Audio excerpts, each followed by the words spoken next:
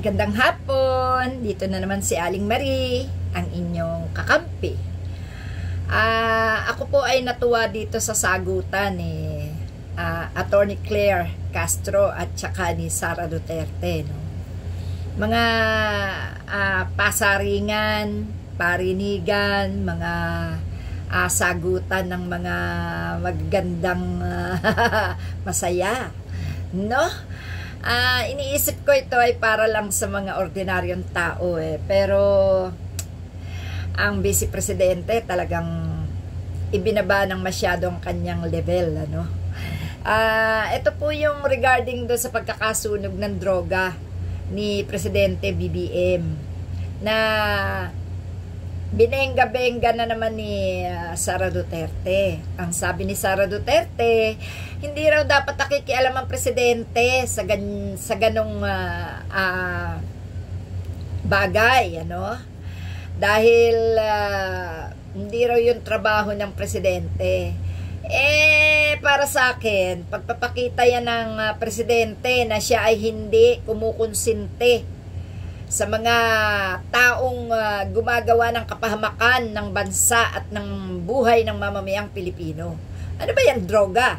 Di ba yung pampasira ng buhay ng mga Pilipino? Pampasira ng reputasyon ng Pilipinas? Ay natural. Dapat lang, kasi gusto rin naming makita reaksyon ng presidente kapag may ganyang nahuhuli, no? At sabi nga ni Attorney Claire, yan daw ay ginawa na rin ni Duterte noong 2020. Bakit nga naman pinapalagan ngayon ni Sara Duterte? Bakit, Sara? Nahinayang ka? Sayang ba yung drugs? Sinunog lang ni PBBM? Hinayang na hinayang ka, no? Kaya galit na galit ka. At pati yan, pinupuna mo. Huwag ka kasi makialam sa trabaho ng presidente. Ang pakialaman mo, yung trabaho mo. No? Yung sinasabi mo pa na hindi pera ng bayan ang ginamit mo sa paglalakwatsa. Wala namang na personal sa'yo na sinabi na taga-gobyerno na pera ng bayan yung nilulustay mo sa paggagala mo. Bakit guilty ka? Yan naman ang tanong namin. No?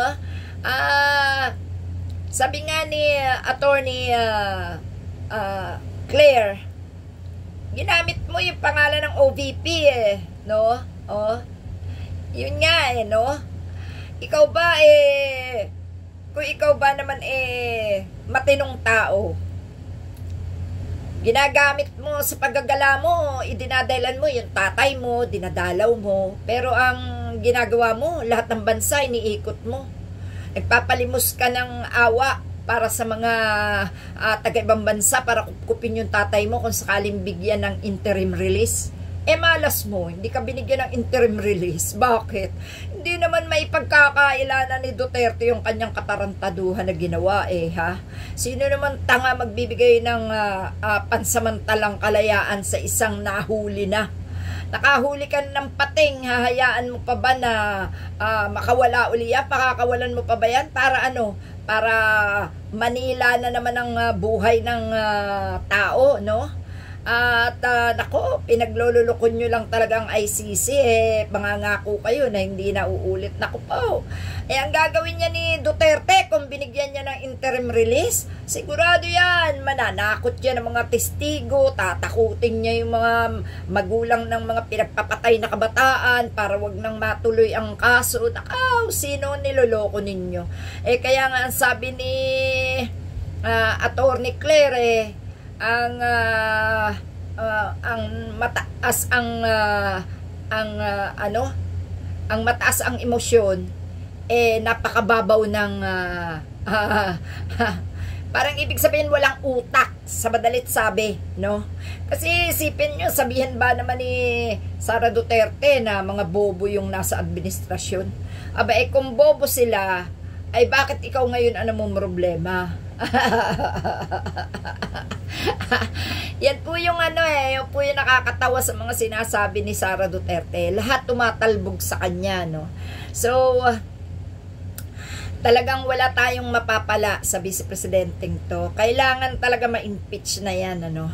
At do sa mga pipigil sa impeachment, abay meron ka palang haharaping pagkakakulong kapag yan ay iyong hinarang, no? At doon naman sa kay Rodrigo Duterte na pilit na gustong makawala sa hawla, malabo po yan, Mr. Duterte. Ginawa mo di panagutan mo, di pagbayaran mo. Buhay ba naman ang kinitil mo? Ang dami-daming mamamayang Pilipino nagdurusa na hindi naman ganyan katindi ng kasalanan, pero wala nang labasan, ano? Yung iba pa nga pinapatay pa para lang mapigilan yung mga ano nila no? Yung mga maisisigaw na katiwalian nila no? Kaya yan ang ginagawa nila, no? Pinipigilan. At yan ang pakay ni Duterte kung sakaling siya ay nagkaroon ng interim release. Wala na, niloko lang kayo ni Kaufman. Si Kaufman, abogado talaga yon, no? Hindi niya ginamit ang pagkaabogado niya para i-save si Duterte. Ginamit niya ang pagkaabogado niya para sa pera ni Duterte. Yun! Kaya ikaw, Sara, tama na. Yung mga sinasabi mo lahat talbog sa'yo. Yun namang mga DDS na walang bukang bibig kundi NPA ay nakaw, ang isda na huhuli sa bibig. Ayan, kasasalita nyo ng NPA, kayo pala yung nakakaalam sa mga ginawa ni Duterte, no? At sinisisin nyo pa ang mga leftist dahil sabi nyo inupo ni Duterte, pagkatapos tinaraydor si Duterte. Tanga ba kayo? Sa isang taong may paninindigan sa laban, no? Ang kalaban ay kalaban, no? Tusuhan lang yan. Kaya sorry na lang kayo, no? Yung mga nagsasabi dyan na ang mga kumakalaban sa mga tiwali sa gobyerno, yung mga NPA. Ang dami kong nababasang ganyan, pag nagsalita ka ng tama at sapul sa kanilang mga utak, talaga namang ipagsisigaw ang NPA ka. Ang kakapal namang mukha nyo, wala namang kayong mga ebidensya, no? Wala. Kaya tigil-tigilan nyo na, dahil yung NPA, yung inyong Tatay Digong, at ang nagagalit sa pagsusunog ng drugs, yan yung mga drug lord na nahihinayang sa drugs na naipasok dahil nasunog lang, hindi nila naging pera. Kailangan kaya nila ang pera ngayon. Kaya, sorry. Salamat kay Press BBM dahil sinunog niya at hindi na mapapakinabangan. Dapat nga Press BBM, lahat, pati yung mga nagdadala ng droga dito sa bansa natin, sunugin na rin Okay, salamat po. Yan lang po muna. Thank you.